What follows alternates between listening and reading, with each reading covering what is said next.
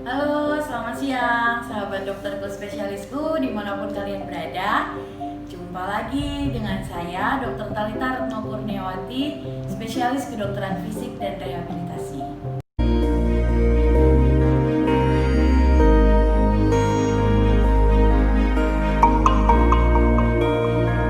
Hari ini kita akan membahas apa itu osteoartritis pada lutut.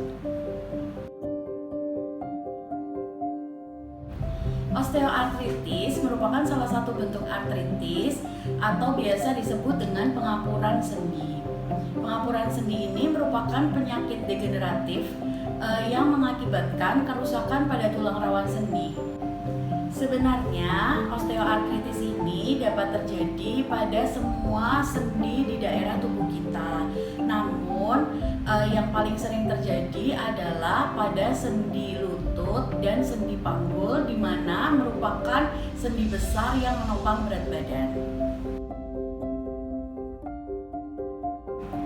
Apabila Anda mempunyai keluhan nyeri lutut di mana usia Anda lebih dari 50 tahun, kemudian lutut bila digerakkan, Anda akan merasakan bunyi kretek-kretek atau biasa kita sebut dengan krepitasi. Pada daerah sekitar lutut, bila ditekan juga akan terasa sedikit nyeri. Bisa pada derajat yang lebih tinggi, Anda akan melihat adanya pembekakan pada daerah sendi lutut. Karena ini adalah merupakan suatu penyakit degeneratif, maka faktor risiko utamanya adalah usia. Kemudian faktor risiko lainnya yang memperberat atau mempercepat adalah faktor kegemukan, aktivitas fisik atau pekerjaan yang banyak atau memberikan beban berlebih pada sendi lutut. Faktor lainnya adalah adanya cedera pada lutut atau trauma olahraga. Kemudian adanya kelainan bentuk lutut yang didapat dari sejak kecil. Pada beberapa literatur, wanita lebih sering terkena osteoartritis daripada laki-laki.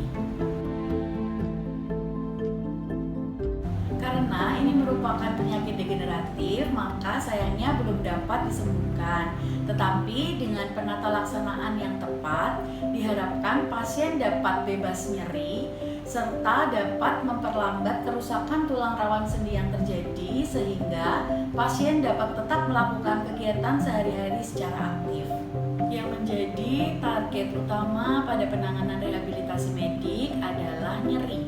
Kami akan memberikan modalitas atau alat-alat seperti diathermy atau electrical stimulation atau ultrasound diathermy sesuai dengan indikasi untuk membantu menurunkan atau menghilangkan nyeri.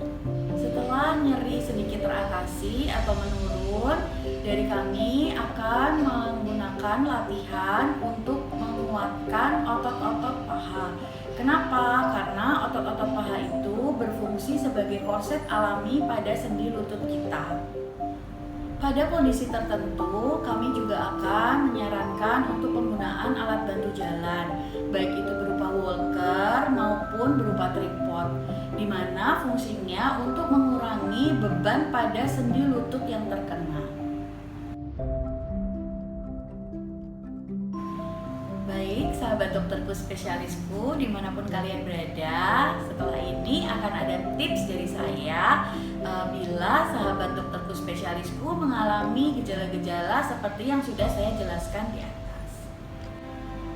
Yang pertama, konsultasikan terlebih dahulu ke layanan fasilitas kesehatan terdekat untuk memastikan apakah memang gejala yang sahabat dokterku spesialisku alami merupakan gejala dari osteoartritis lutut.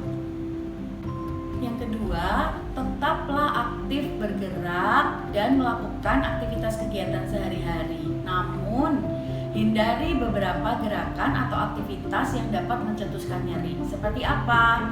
Jangan terlalu lama berdiri, berjalan terlalu jauh, melakukan kegiatan jongkok berdiri, duduk di kursi yang rendah ataupun di lantai.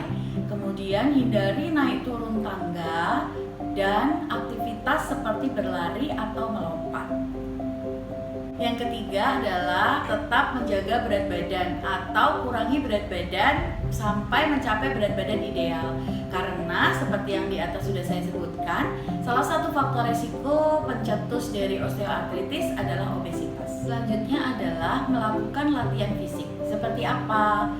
Untuk olahraga dapat dipilih berenang atau bersepeda, dilakukan rutin selama 30 menit setiap hari.